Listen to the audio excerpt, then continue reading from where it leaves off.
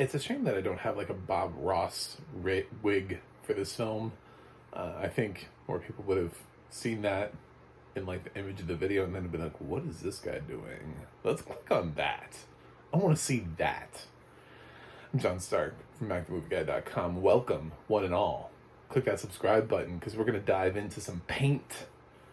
Paint is on AMC Plus. And you know what that means? It does not have audio description. I'm a blind film critic, so we also talk about audio description here and whether or not a service has decided to provide us with accessibility or not. If not, how does that affect how the film is viewed? And in this case, it is about artists painting things, so maybe, maybe there's a little bit. I have no idea what they're painting. I'm so sorry. Yes. So let's dive into the show. So Owen Wilson stars in this as a Bob Roskin. I made that a word. It's not a word. It is now because I spoke it. Bob Roskin type who works for the local affiliate PBS station up in Vermont, of all places. I love that it's Vermont because this would never happen anywhere else. And he has a local access show, like most people do still nowadays. Does anyone? I had no idea this was still happening. I thought PBS had enough programming. Anyway, he does have local access, and he basically does Bob Ross. Is basically what he does. He comes in and he paints basically the same thing every day. There's like mountains and trees, and he's super popular among like a certain demographic. He's been around for like 20 years, and the sort of manager of the station, played by Stephen Root, decides to shake things up a little bit, and he goes out and he gets this new painter who wants to paint more than mountains and trees, named Ambrosia. And hijinks and clashes and all that kind of stuff ensue. Michaela Watkins is also in this. She plays Owen Wilson's producer / girlfriend. And as the title will tell you, that if you read any sort of plot description for this film, the movie is about him doing his thing, and then somebody younger comes in and starts stealing everything away from him. That's kind of what this film is about. I was really shocked that this film has a 4.8 on IMDb. Normally I'm like, I can see it. I can't see. That doesn't make any sense to me. That should be at least be above a 5. This is not a 4, guys. This did not deserve to trend down to the 4s. Like, I've seen some truly, films in my lifetime, and this was not that. I was not painful sitting here watching this. Does it make great life choices like the whole movie? No.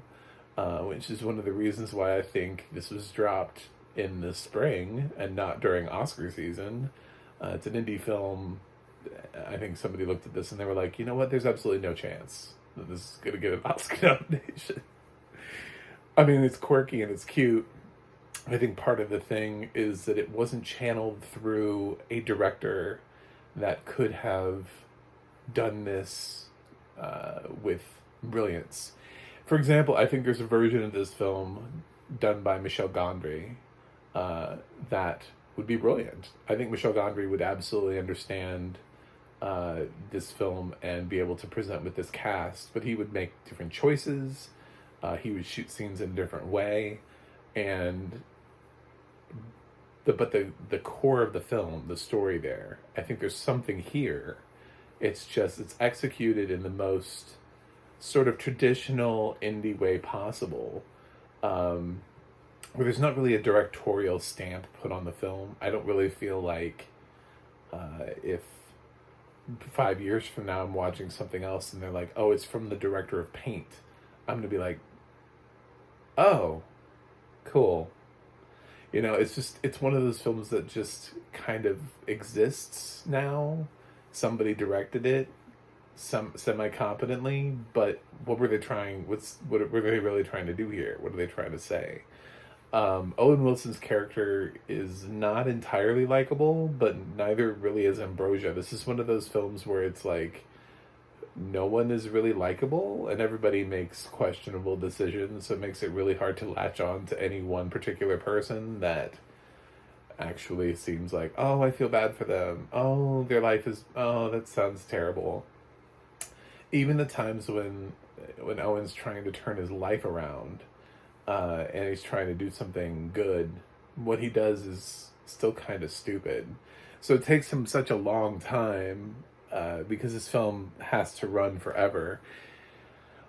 Runtime on this film is absurd. It feels like we're kind of wrapping up around the hour mark, and then it just keeps going. It finds new reasons to go, and I was like, pacing, pace yourself, lay out the story, introduce characters at certain times after you've built things, and structure it a little bit better so that way you don't feel like the film's wrapping up the hour mark and then you have to go for at least like another 30 minutes. And I'm like, didn't the film just end? I felt like the film, oh my god, there's more. Oh, there's a surprise third act here. Okay, let's get into it. It does kind of feel like it drags out the ending. It just kind of feel like it just kind of keeps going and going and going, and you're just like, fuck. I thought Owen did a good job. I don't know that this is his best work. I don't know that it's definitely not his worst work. So he's fine here. Michaela, it was a good use of Michaela. Sometimes she really lays on her accent to try to be even more obnoxious and comedic in certain roles. She doesn't really do that here. She's trying to just be the regular sort of producer girlfriend role. It's nice to see her in this role. And Stephen Root is the station manager. I didn't really catch who played Ambrosia, but really anybody could have played Ambrosia. It's a caricature of just like a millennial coming along and painting dumb shit instead of trees. She doesn't really paint anything any better. She's like, hey, I'm gonna paint today a bullet train to show my love for this person. Anyway, it's just like, she paints a bullet train. I'm like, who paints a bullet train on public access television? It just kind of keeps going, doesn't it? It just kind of, I was like, oh my god. So it's like people, there's nobody who you really like go, yay. There's sort of a running gag with Ambrosia too, that she likes to date older women, and they just keep pushing that. And it's kind of funny how they use it within the context of the film. There's some stuff there. There's some stuff in this film that works. There's some stuff in this film that doesn't work. And I don't want to spoil every little thing, because if I just say all of the things, then suddenly it's like, why watch the movie? But yeah, there's some things in this film that work and don't work. Conceptually, I almost would have graded this, because it is a lot of dialogue and it's not smart enough really it's not trying to be subversive enough or smart enough for you to not be able to understand what's going on. It pretty much hits every plot point that it tells you it's going to hit, or that you would expect it to hit. It doesn't really go in any way. There are some scenes where the film does kind of take a pause, and you're like, what am I looking at? What's happening? Where there's no dialogue and there's just like a scene. There are things in the film I would have loved to have described to me. Owen lives out of his van, which has like a pull-out couch in the back, and apparently he drives around town and people like recognize him, and they just like are constantly like, hey man, I love you, just like off the side of the road. My favorite part about the film, the best joke that they make in the entire film, is that he, in order to keep up appearances, because he always does this like whisper thing on his show. He's like, thanks for coming to this place with me. I'm glad we had this time together. He just does it like a really light voice. So when he needs to talk to anybody at a distance, he still whispers, but he has a megahorn to do it in. So he's whispering into a megahorn. He doesn't even talk at like normal voice. So he whispers and he's like, "Thank you for your compliment." It's just, it's so ridiculous.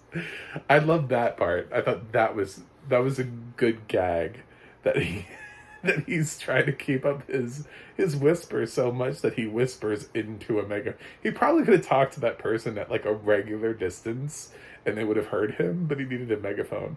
And the funny thing is, when he's not talking to fans, he has a normal voice. Like if he's just talking to a station manager or his producer girlfriend or whatever, it's not like he whispers his way through the whole film. That would be annoying as hell, but no, to keep up appearances with his fans and stuff, he still tries to do that voice that he does on air. And I think that's hilarious. But anyway, I needed to know what this van looked like. I really wanted to conceptually understand the artwork that these people were drawing. Like, what is it that they're drawing? There's a scene where the two artists put themselves up for charity, and people come in and have they get to have a portrait drawn. And that scene is played and used to certain effect. And I really wanted to know what it was that was being painted. You know, like what did the painting look like? What did Ambrosia's painting look like? We don't even really focus on what Ambrosia's painting looked like. They just kind of talk about what his painting looks like. Anyway, there are several things in this film.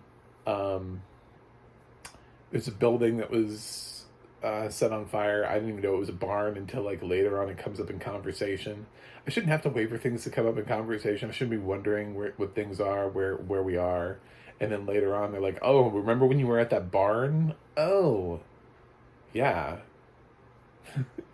Thanks. I have no idea where they ended up at the end of the film. I'm just like, he's somewhere, He's off somewhere. I don't know where, but he's off somewhere. It's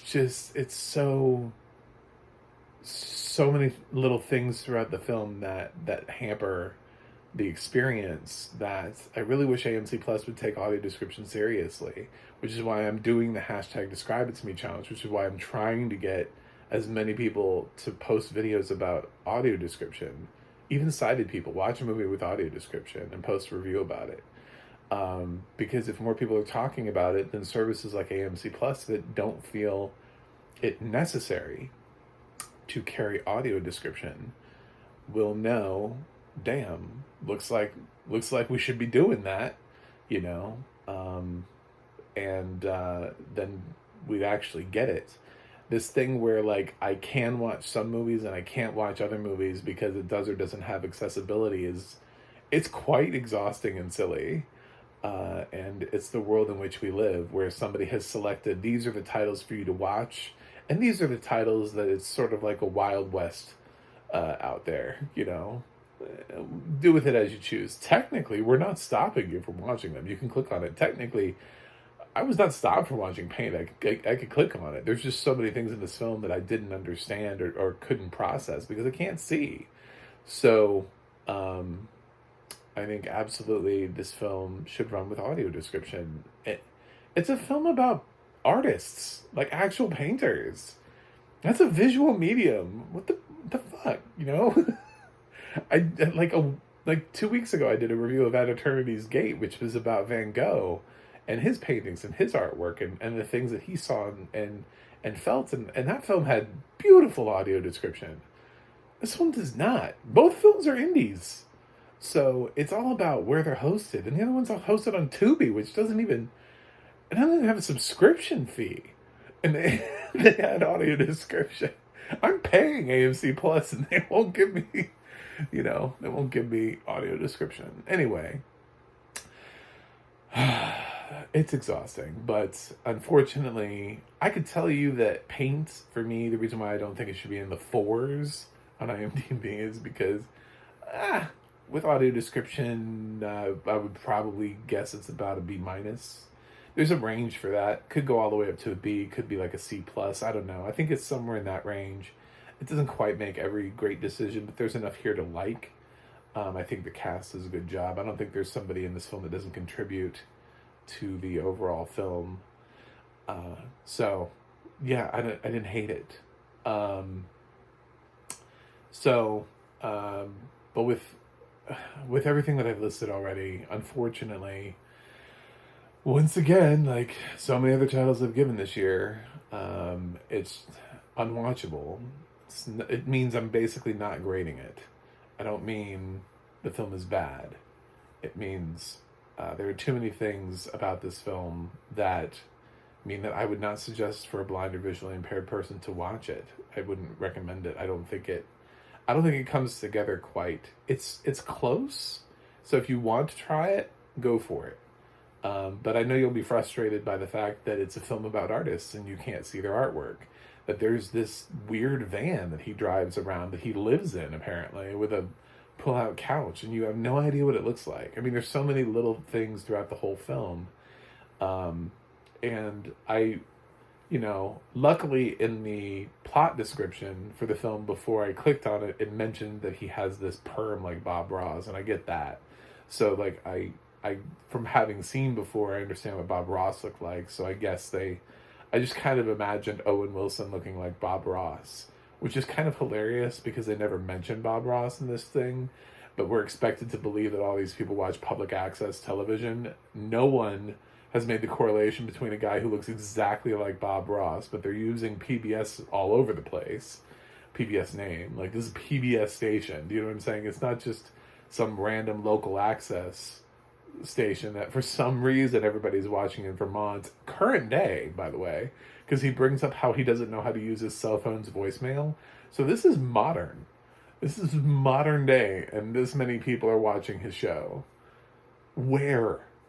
Only in Vermont, I guess. I guess that's why they had to place it in Vermont, is because if this was here, if you were trying to tell me that there was somebody in my city, I'd be like, no one knows who that is. I'm sorry, nobody watches that.